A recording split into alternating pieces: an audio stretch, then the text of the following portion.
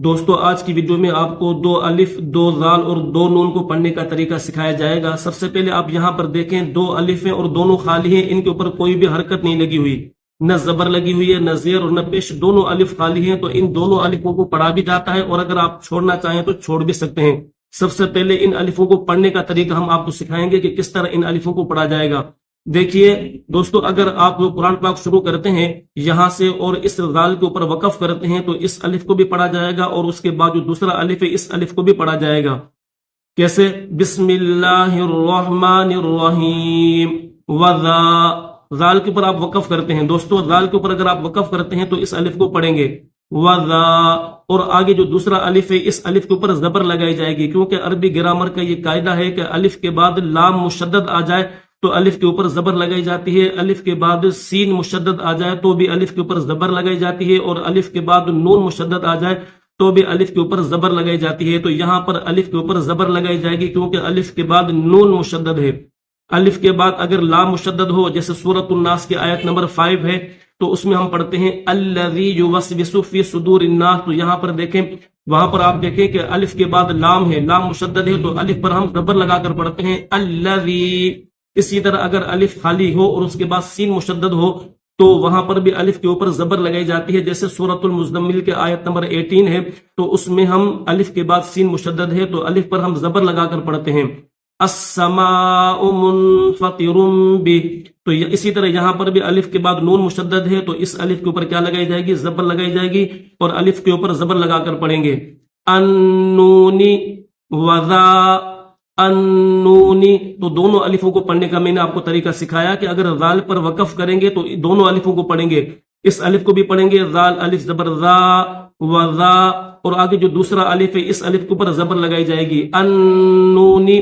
اور اگر آپ ان دونوں الفوں کو نہیں پڑھنا چاہتے، آپ چھوڑنا چاہتے ہیں تو بھی آپ کی مرضی، آپ دونوں الفوں کو چھوڑ بھی سکتے ہیں۔ وہ اس طرح کہ یہ جو دوستو زال ہے نا، اس زال کو آپ ڈائریکٹ اس نون مشدد کے ساتھ جو ہے وہ ملا دیں تو آپ ان دونوں الفوں کو پھر آپ پڑھنا چھوڑ دیں گے۔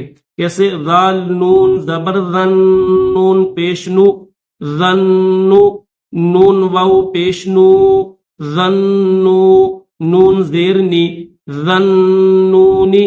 دیکھیں جب ہم نے اس زال کو ڈائریکٹ نون کے ساتھ ملایا تو ان دونوں الفوں کو ہم نے چھوڑ دیا اور زال کو ہم نے ڈائریکٹ نون کے ساتھ ملا دیا، ٹھیک ہے۔ تو یہ اسی طرح جو نا ان دونوں الفوں کو پڑھنے کا طریقہ اور چھوڑنے کا طریقہ میں نے آپ کو سکھایا۔ اسی طرح دوستو آگے دیکھیں، یہ 2 زال ہیں، پہلی جو زال ہے اس کے اوپر جزم ہے اور جو دوسری زال ہے اس کے اوپر تشدید ہے، ٹھیک ہے۔ اور عربی گرامر کا یہ قاعدہ ہے کہ اگر 2 حرف سیم آ جائیں، ہم جنس حرف آ جائیں اور ان میں سے پہلا ساکن ہو اور دوسرا مشدد ہو تو جو ساکن حرف ہوتا ہے اس کو مشدد حرف کے اندر ادغام کر دیا جاتا ہے۔ ادغام کا معنی ہوتا ہے ملانا، تو ساکن جو حرف ہوتا ہے اس کو تشدید والے حرف کے ساتھ ادغام کر دیا جاتا ہے، ملا دیا جاتا ہے۔ تو یہاں پر جو زال ساکن ہے اس کو زال مشدد کے ساتھ ادغام کر کے ان دونوں کو ایک کر دیا جائے گا۔ اب یہاں پر صرف ایک زال پڑھی جائے گی، دونوں زالوں کو نہیں پڑھیں گے، اس طرح نہیں پڑھیں گے دوستو کہ اذ حمزہ زال زیر اذ پھر ذہب، اس طرح پڑھنا بالکل غلط ہے، بلکہ پہلی جو زال ہے اس کو دوسری زال کے اندر ملا دیں گے، ادغام کر دیں گے اور دونوں کو ملا کر ایک کر دیں گے۔ کیسے؟ کس طرح پڑھیں گے؟ اذ ذہب اذ ذہب، تو یہ یاد رکھنا وظنونی اذ ذہب، تو پہلی جو زال ہے اس کو دوسری زال کے اندر کیا کر دیں گے؟ ادغام کر دیں گے، ملا دیں گے، اور ادغام کا معنی ہوتا ہے ملانا، یعنی دونوں کو ملا کر ایک کر دیں گے۔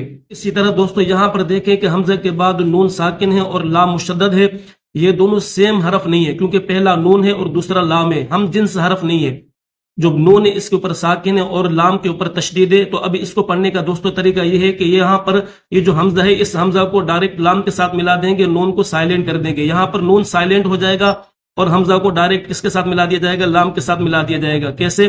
اگر ہم اس کی ہجے کریں، اسپیلنگ کریں تو کیسے کریں گے؟ حمزہ لام زبر اللام زبر ل اللہ، ٹھیک ہے، حمزہ لام زبر اللام زبر ل اللہ۔ یہاں پر دوستو جو نون ساکن ہے یہ سائلنٹ ہے، اس کو بالکل بھی نہیں پڑھا جائے گا کیونکہ یہ دونوں الگ الگ حروف ہیں، نون اور لام یہ دونوں سیم ہم جنس حروف نہیں ہے، اس وجہ سے یہاں پر اس نون کو کیا کر دیا جائے گا؟ سائلنٹ کر دیا جائے گا۔ اسی طرح دوستو 2 نون اگر قرآن پاک میں کہیں پر بھی جمع ہو جائیں، ان میں سے پہلا ساکن ہو اور دوسرا مشدد ہو، جیسے آپ یہاں پر دیکھ سکتے ہیں کہ 2 نون ہیں، ایک یہ نون ہے اس کے اوپر جزم ہے، دوسرا یہ نون ہے دوستو اس کے اوپر تشدید ہے۔ تو یہاں پر میں نے آپ کو بتایا، جب میں نے رال کو جو قاعدہ تھا میں نے وہاں پر بھی میں نے آپ کو بتایا کہ عربی گرامر کا یہ قاعدہ اور اصول ہے کہ اگر دو حرف سیم آ جائیں، ایک جیسے اگر دو لیٹرز آ جائیں، دو حروف بالکل سیم آ جائیں، ان میں سے پہلا ساکن ہو دوسرا مشدد ہو، تو پڑھنے کا طریقہ یہ ہے کہ جو ساکن ہوتا ہے اس کو مشدد جو حرف ہوتا ہے اس کے اندر ادغام کر دیا جاتا ہے، اور ادغام کا معنی ہوتا ہے ملانا۔ تو جو ساکن ہے اس کو مشدد لیٹر کے اندر ملا دیا جاتا ہے، ادغام کر دیا جاتا ہے۔ تو یہاں پر بھی دوستو یہ جو نون ساکن ہے نا، اس کو نون مشدد کے ساتھ ادغام کر دیا جائے گا، ٹھیک ہے، کیونکہ یہ نون ساکن ہے اور یہ دوسرا جو نون ہے یہ مشدد ہے، تو اس نون کو اس نون کے ساتھ کیا کر دیا جائے گا دوستو، ادغام کر دیا جائے گا۔ ادغام کر کے ان دونوں نونوں کو ایک پڑھیں گے، جیسے پہلے میں نے بتایا کہ دو دالوں کو ایک کر دیا جا رہا تھا، پہلی دال کو دوسرے دال کے اندر ادغام کیا جا رہا تھا، اسی طرح یہاں پر بھی دوستو پہلی نون کو دوسرے نون کے اندر کیا کریں گے، ادغام کریں گے۔ ادغام کر کے کس طرح پڑھیں گے، لن نقدر، لن نقدر، ان دونوں نونوں کو الگ الگ نہیں پڑھیں گے، لام نون زبر لن، لن نقدر، لن نقدر، اس طرح پڑھنا بالکل بھی غلط ہے دوستو، بلکہ یہ جو پہلی جو نون ہے اس دوسری پہلی نون کو دوسری نون کے ساتھ ملا دیا جائے گا، ادغام کر دیا جائے گا، اور پھر اس طرح پڑھیں گے لن نقدر، نون مشدد ہے تو اس پر غنہ بھی کریں گے، ٹھیک ہے، لن نقدر۔ تو دوستو آج کی اس ویڈیو میں نے آپ کو دو الف، دو زال اور دو نونوں کو پڑھنے کا طریقہ آپ کو سکھایا۔ مجھے امید ہے کہ آپ کو ویڈیو اچھی لگی ہوگی۔ دوستو اگر ویڈیو آپ کو اچھی لگی تو لائک کریں اور چینل کو سبسکرائب کریں، اور کمنٹس میں ضرور بتائیں کہ آج کا سبق آپ کو سمجھ میں آیا یا نہیں آیا۔